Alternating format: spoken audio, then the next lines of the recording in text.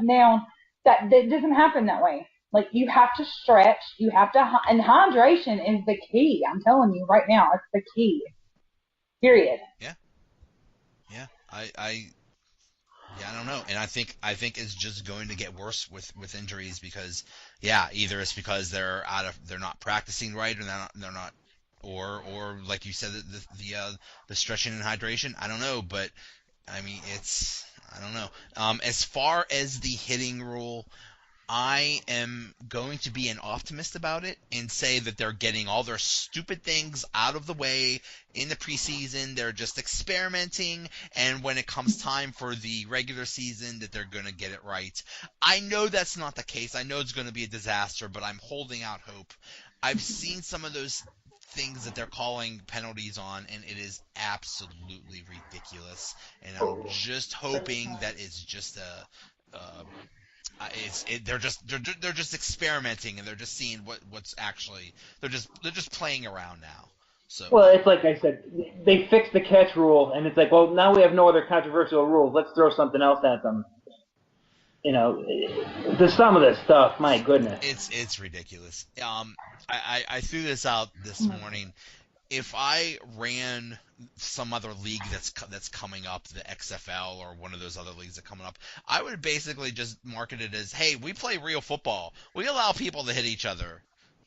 Come watch us." Right. That's how I because if that's what the NFL is really going to do, they're basically going to outlaw tackling. I think they're just going to turn people off. Like I said, it's sarcastaball. Watch the South Park episode. That's what we're getting. Sarcastaball. Yeah. Might as well use a balloon and put them all in broad. Or just bring your Tide Pods to the field because there's a lot of laundry on it. That's all I got to say about it. Yeah, and bring a sleeping bag because every game is going to last about 8 hours. Oh, yeah.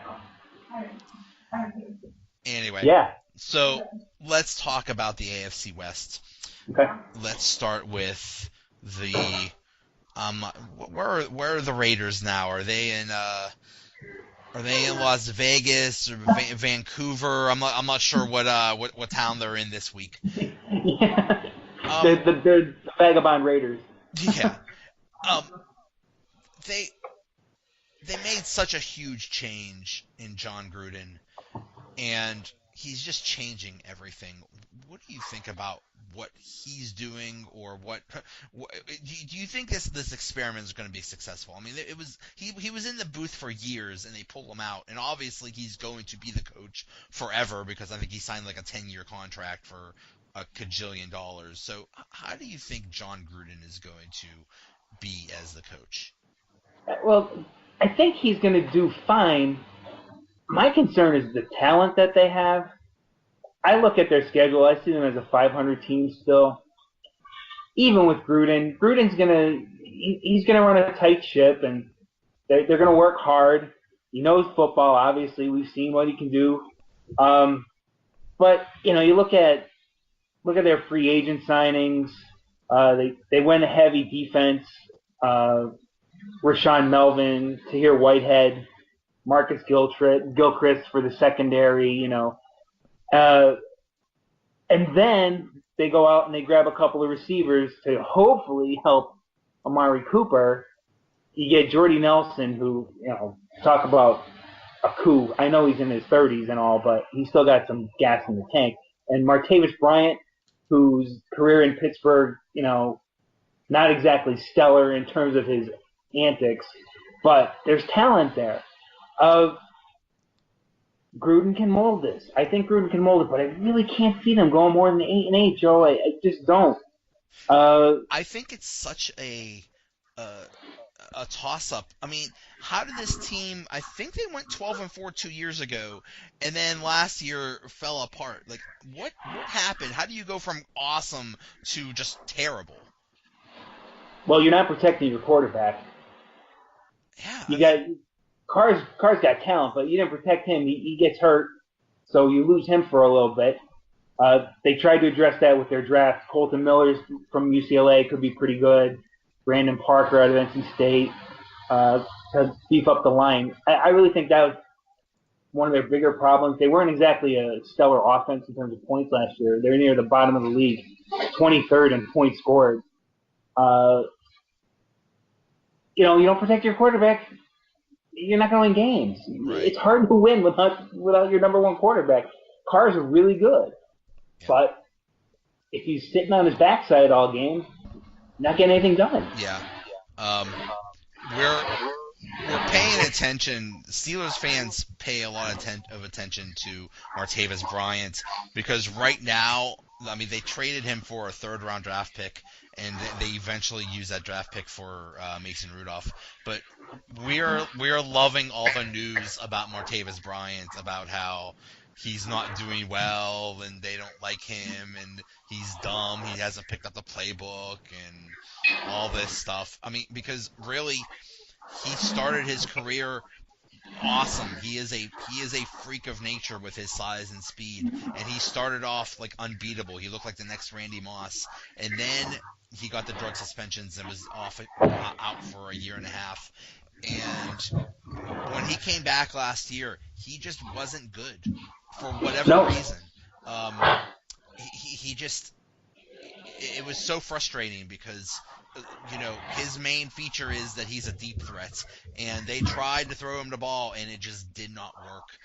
For whatever reason. And then even when they tried to give him the ball like on a reverse or a short pass or something like that, someone would just lay a finger, or would just yell boo, and he would just fall to the ground.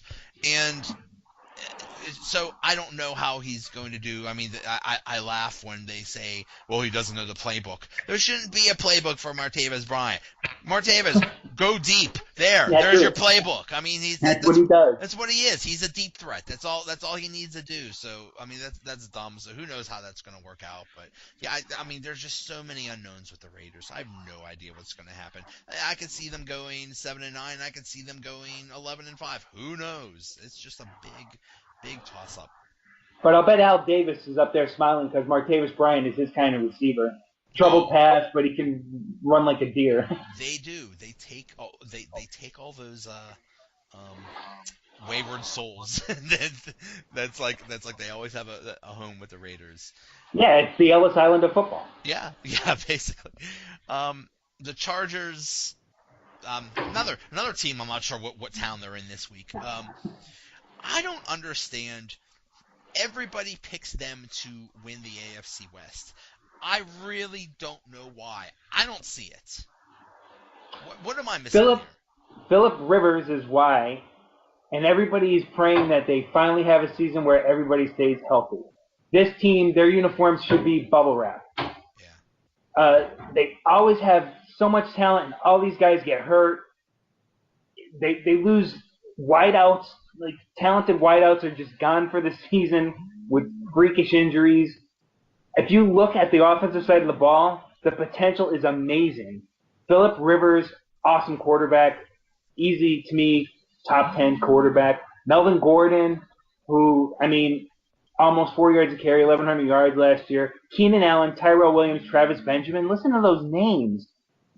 This receiving core has such potential with a quarterback like Rivers. Losing Hunter Henry is going to be tough. Replacing the tight end is going to be tough. And then you look at the defense. They have, Joey Bosa's there. Trey Boston's pretty good. Casey Hayward's not bad. They could probably use a little help on defense, but not really because they were third in points allowed last year. So as long as they could stay healthy, this team could really – I see a 10-win team easy if they stay healthy. But they can't. Healthy. Yeah.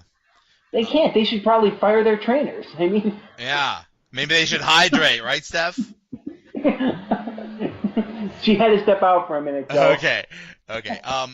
It seems like every single year it's the same thing. You're right. There's always injuries. They always start off bad, and then they come on at the end and they barely miss the playoffs. Like, if we only made the playoffs, that would be so tough to play against. But they just barely miss every single year. So, yeah, who knows? But I see all this hype, but you're right. It's probably because everybody basically thinks, my God, if this team actually was healthy, they would be great.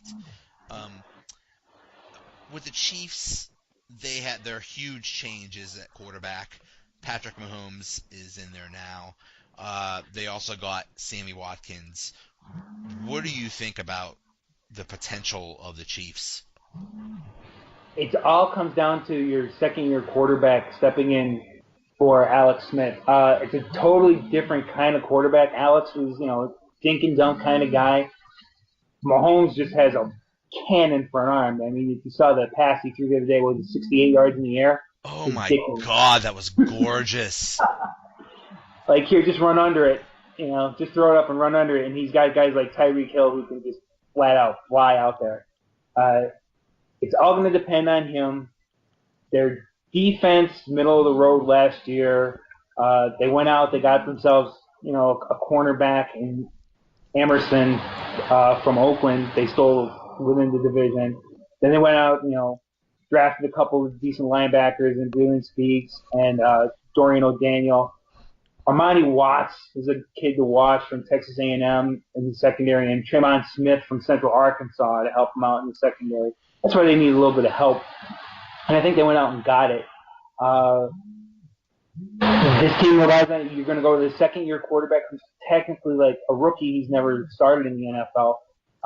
It's going to be fun to watch. You have Kareem Hunt is back. He's awesome. And Travis Kelce's one of the probably top 5 tight end, easy. Their schedule isn't horrible. I actually can see them winning 5 or 6 of their first 7, or 5 of their first 6 maybe. 10-6 seems to be fair for the Chiefs. I can see 10-6. Yeah, but I'm really excited. I think even Andy Reid is super excited about his quarterback now. I heard him say something like he was throwing shade at Alex Smith. He said something like, "Well, I guess we have a quarterback that's not just going to check down," or so.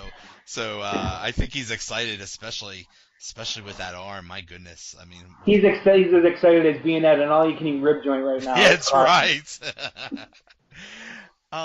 The Broncos, they also made a big change at quarterback.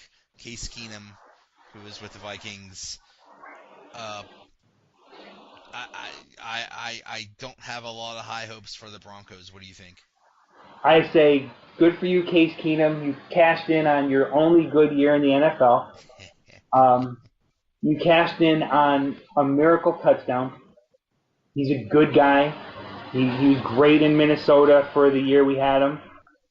I watched him play first 2 preseason games. He looked a little skittish back there. Offensive line isn't great in Denver. I don't know who their running back's going to be, quite honestly. Is it going to be Royce Freeman? Is that your number 1 back there? I always say, everybody says, running backs aren't that important anymore. But yeah, they are. You got to have a running game in the NFL. They're just going to load up if you don't have a running game. I mean, you're just going to play nickel all the time and make them beat you with the passing game. And I don't know if they can. Bradley Chubb, great.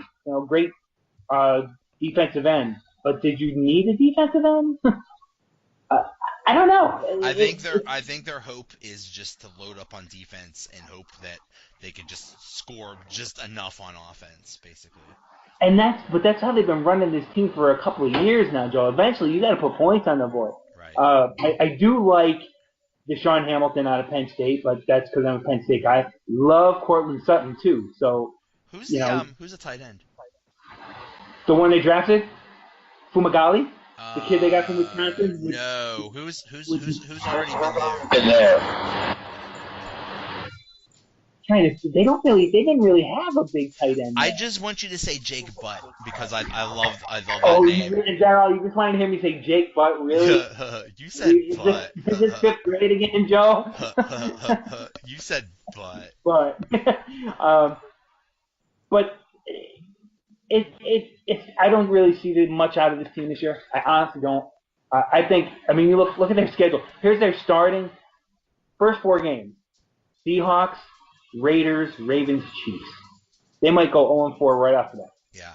Yeah, I mean, it's bad when they basically said, well, we should have fired the coach, but let's give him let's give him a better quarterback and see how you do. That's not exactly a great vote of confidence. I think they changed like every other single coach on that team. So not yeah, it's not real high on the Broncos.